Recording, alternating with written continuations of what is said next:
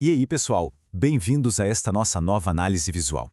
Hoje, a gente vai mergulhar fundo e desconstruir aqueles argumentos filosóficos super complexos sobre a natureza do bem, do mal e, bom, do próprio universo. A gente sabe que a mente humana adora buscar respostas fáceis, não é verdade? Aquelas pílulas rápidas para resolver os grandes mistérios da existência. Mas o nosso objetivo aqui é ir muito além daquele superficial óbvio e encarar de frente a surpreendente e fascinante complexidade do nosso mundo. Então, vamos lá. Para entender por que aquelas visões simplistas da realidade acabam sempre falhando e como a ideia de uma verdadeira guerra civil cósmica faz um sentido absurdo, a gente vai seguir este roteiro bem direto. Primeiro, a ilusão da simplicidade. Depois, o grande problema do universo. Em seguida, o dilema do dualismo. Aí a gente fala do mal como parasita e, por fim, a percepção de que habitamos um território inimigo ocupado. Número 1. A ilusão da simplicidade. É hora de deixar as respostas óbvias para trás. Sabe, existe um contraste muito claro logo de cara entre uma filosofia meio infantil e a inegável e, vamos ser sinceros, bem confusa realidade ao nosso redor. O material de origem chama de cristianismo água com açúcar, aquela visão super reconfortante de que, tem um poder bom lá no céu, então está tudo perfeitamente bem. É uma ideia que simplesmente ignora as partes difíceis, como o sofrimento e a dor. Só que essa visão totalmente higienizada simplesmente não reflete o mundo em que a gente vive, certo? Quem busca aprender e entender as coisas com seriedade não pode se contentar com essas versões simplificadas da existência só porque são mais fáceis ou mais confortáveis de digerir.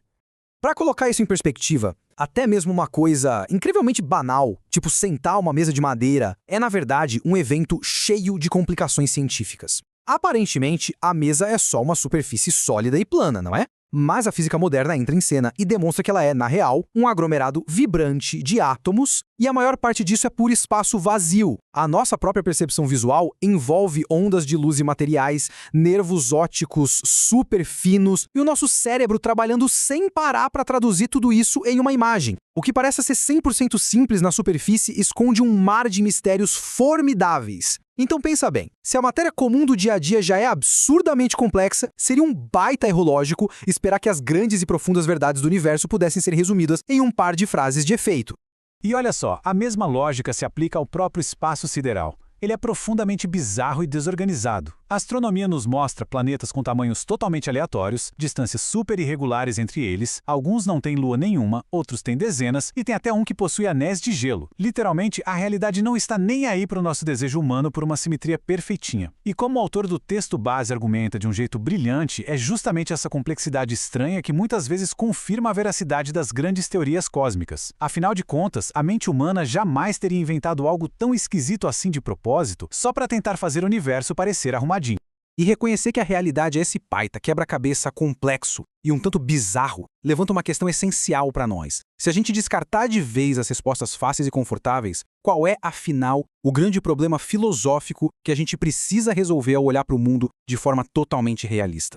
E isso nos leva direto à seção 2, o grande problema. É hora de encarar os fatos desconfortáveis. Bom, se a gente olhar de perto para a natureza e para a história das nossas sociedades, é quase impossível fugir da dura realidade de que o universo está, sim, cheio de coisas terríveis. Existe miséria, fome, dor, crueldade recaindo sobre muitas pessoas inocentes o tempo todo. Se a gente tirar os óculos do otimismo cego, seria super fácil e até natural concluir que toda essa experiência da existência não passa de um acidente gigantesco e caótico, regido só por uma força bruta e totalmente desprovido de qualquer sentido superior.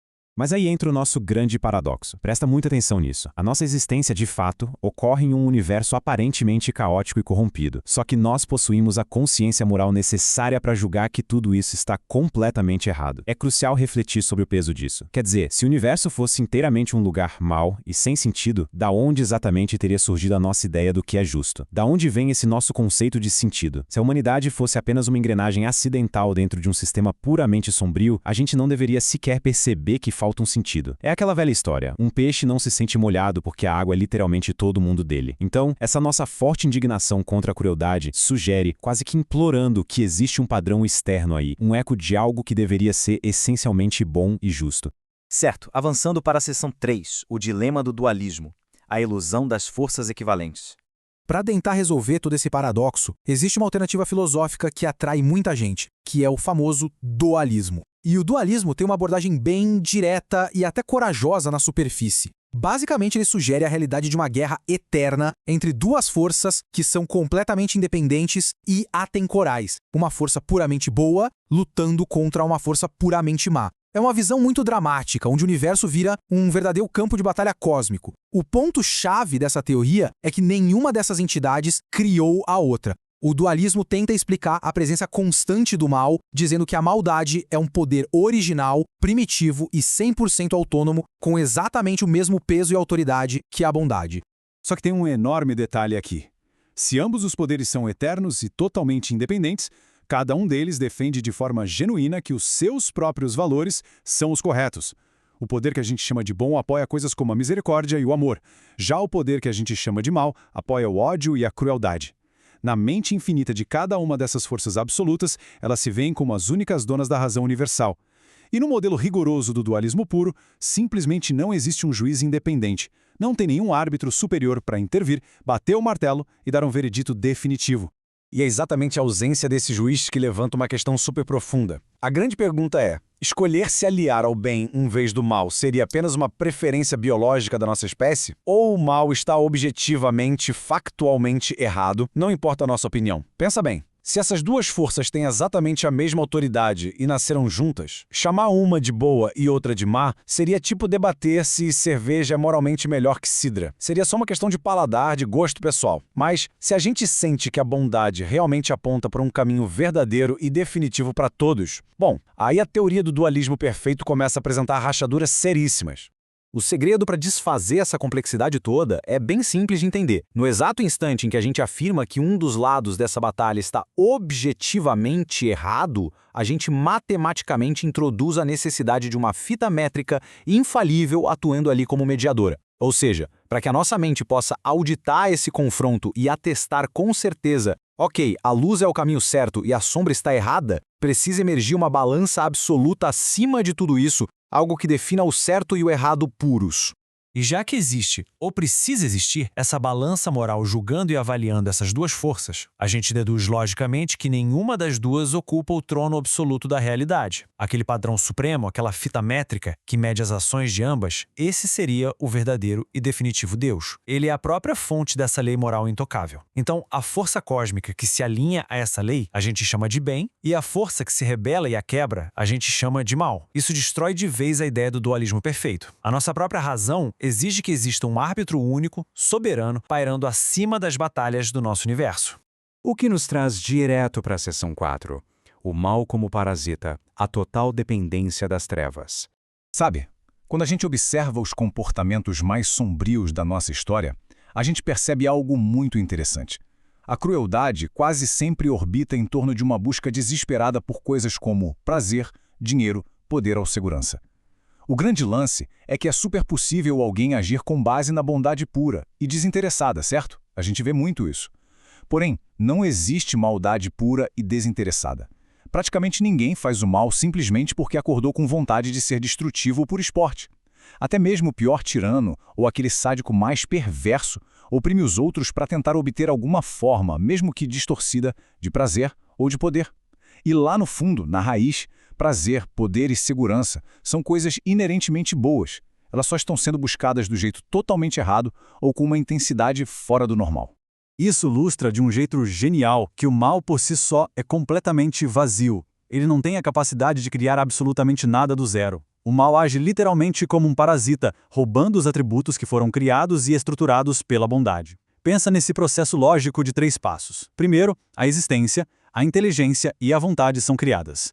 Segundo, esses traços vitais são, na sua essência, maravilhosos e admiráveis. E aí, num terceiro momento, a essência perversa, que é incapaz de criar qualquer vida própria, entra em cena sorrateiramente para corromper e manipular essa energia original e jogá-la para direções super destrutivas e catastróficas.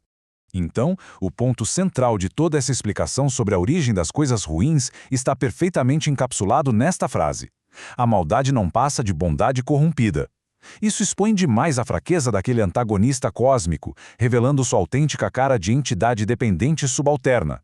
É um parasita que precisa, de forma inevitável, mendigar e roubar ferramentas e poderes básicos do bem para só depois disso conseguir distorcê-los. Toda essa nossa linha de raciocínio joga uma luz incrível sobre aquele conceito super antigo do diabo como um anjo caído. Isso passa muito longe de ser apenas uma lenda mística ou uma historinha de ninar para assustar crianças. Na verdade, é o reconhecimento intelectual mais maduro possível de que o mal precisa de uma base. Sendo um parasita, ele teve que se originar a partir de um ser que era, de início, excelente e cheio de poder. A maldade pura simplesmente não teria pernas para andar, não teria suporte e muito menos autonomia nenhuma se não tivesse extorquido as suas capacidades essenciais direto da fonte original de toda a bondade. E com isso chegamos à seção 5, Território Inimigo Ocupado. Estamos de fato em guerra. Diferente daquele empate eterno que a gente viu no modelo dualista, a realidade do cenário da nossa existência lembra muito mais os relatos fascinantes da clássica visão cristã. Nós estamos bem no meio de uma gigantesca guerra civil cósmica. O nosso mundo definitivamente não é um palco neutro ou um lugar pacífico. A percepção aqui é de que a Terra é, literalmente, um território brutalmente ocupado. É como se o planeta tivesse sido amordaçado e subjugado por forças rebeldes. E nesse cenário de um conflito silencioso, a gente encontra uma analogia fantástica. É dito que o rei legítimo desembarcou em nosso mundo, mas totalmente disfarçado. E tentar se conectar com os aliados dele é exatamente como tentar sintonizar transmissões de uma daquelas rádios secretas de resistência durante uma guerra. Só que, claro, a força que invadiu o território luta com todas as suas forças para impedir que a humanidade consiga ouvir essa frequência correta. E como é que eles fazem isso? Através de táticas de paralisia super comuns no nosso dia a dia. O preconceito irracional e cego, a letargia daquela preguiça mental crônica de não querer aprofundar e o famoso snobismo intelectual, que tenta de forma arrogante ridicularizar qualquer ideia profunda que não caiba perfeitamente nas suas próprias equações estreitas.